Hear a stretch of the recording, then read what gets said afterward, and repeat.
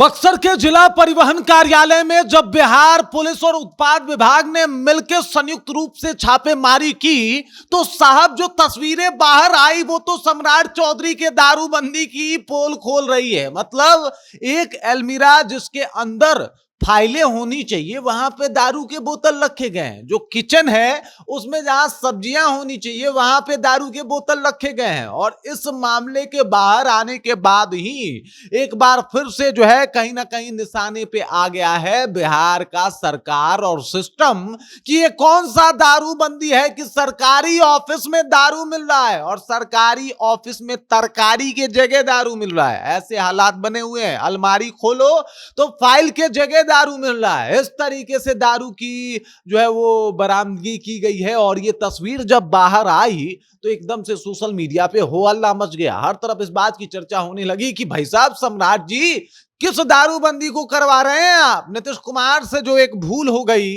आप उस भूल को इस तरीके से जो है वो गले से लगा के बैठे हैं कि कहिए मत। मतलब दारूबंदी कानून कहीं दिखे तब तो सरकारी ऑफिस में अलमीरा में दारू, मतलब किचन में दारू। ये क्या हालात हो गया है बिहार का और किस तरीके का दारूबंदी है बिहार में, ये तो सवाल उठेगा।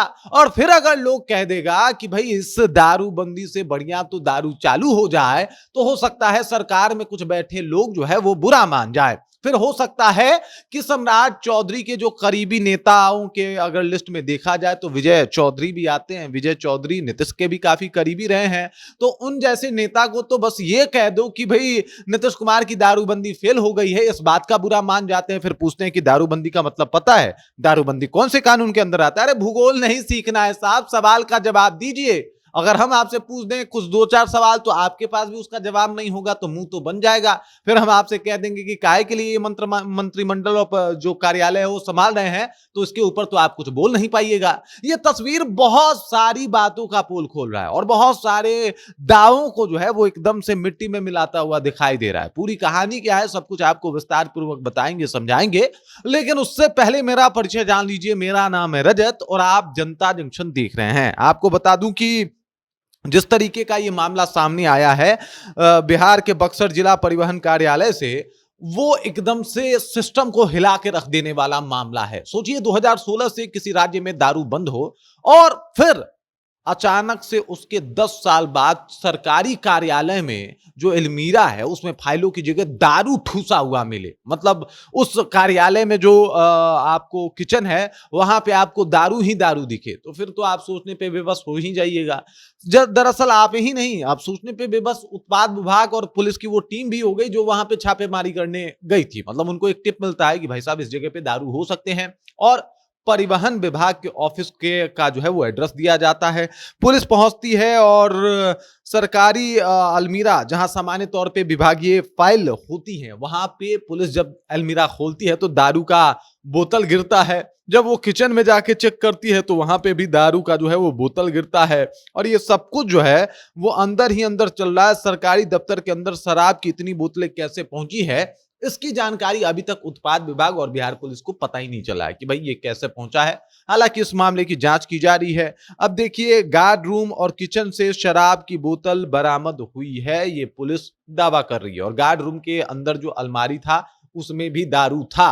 अगर गार्ड को ही आप अकेले दोषी बताएंगे तो ये भी नहीं चलेगा। गार्ड रूम में दारू इतना आ रहा है और किसी को पता क्यों नहीं चला, ये भी सवाल जो है वो उठेगा। और सवाल बहुत सारे उठेंगे। और परिवहन विभाग के रूम में, मतलब परिवहन विभाग मतलब समझ रहे हैं, वहां से बहुत सारी गाड़ियां जो है वो आती हैं जाती हैं, तो क्या उसके माध्यम से गाड़ियों से सप्लाई भी करवाया जाता है? क्योंकि कई सारे अवधारणाएं जो है वो मन में आ रही हैं, लोगों के जहन में आ रहा है। तो भाई उस सवाल का तो जवाब देना ही पड़ेगा। फिलहाल पूरे मामले की जांच की जा रही है और पुलिस ये पता लगाने में जुटी है कि शराब का इस्तेमाल निजी उपभोग के लिए हो रहा था, यानी खुद पीने के लिए हो रहा था, या इसके पीछे कोई बड़ा खेल चल रहा था। अब देख लीजिए सम्राट चौधरी मंत्री बनते हैं, मुख्यमंत्री बनते हैं और वो कहते हैं नीतीश कुमार का कानून लागू रहेगा। हालांकि उनको यह भी कह देना चाहिए कि जो रवैया दारूबंदी को लेकर नीतीश कुमार के कार्यकाल में रहा वो भी लागू रहेगा। मतलब दारूबंदी सिर्फ पेपर पे होगा, जमीनी स्तर पे आपको दारू देखने को मिलेगी। और जमीनी स्तर पे क्या, सरकारी अलमीरा में, सरकारी ऑफिस के अलमीरा में आपको दारू मिल जाएगा। अब विजय चौधरी इसके ऊपर क्या सफाई देंगे? हो सकता है आप उनसे ये सवाल पूछें तो विजय चौधरी कह दें कि तुम्हारा उम्र क्या है, तुमको पता है पृथ्वी कब नष्ट हो जाएगी, तुमको पता है कि नीतीश कुमार ने और क्या क्या किया है, उन्होंने महिलाओं के लिए कौन सा काम किया है, कुछ भी पूछ सकते हैं ना भाई, वो कुछ भी बता सकते हैं। अरे आपसे जो पूछा जाए उसी का जवाब दे दीजिए। आप शब्दों को जबरन मुंह में मत डालिए पत्रकारों के कि भाई तुम यही पूछो, और नहीं पूछोगे तो हम सरेआम तुमको जो है वो बेइज्जत कर देंगे। हम सब जानते हैं, तुमको पता भी है कि दारू बंदी किसका कौन से कानून के तहत है, उसका पूरा नाम क्या। अरे क्या अजीबोगरीब बात है और क्या अजीब विडंबना है।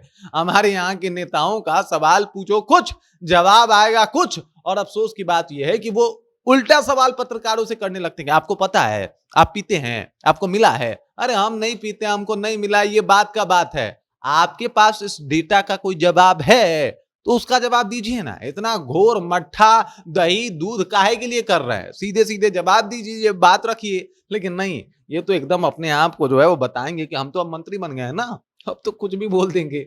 और ऐसा देखने को मिला भी है। अब इसके ऊपर क्या बयान देंगे सम्राट चौधरी और विजय चौधरी, ये देखना काफी अहम होगा। बाकी इस खबर, इस जानकारी को लेकर आप क्या सोचते हैं, आपके जहन में क्या कुछ चल रहा है, कमेंट कीजिए, अपना विचार हम तक पहुंचा दीजिए। बाकी आप देख रहे हैं जनता जंक्शन और मेरा नाम रजत है।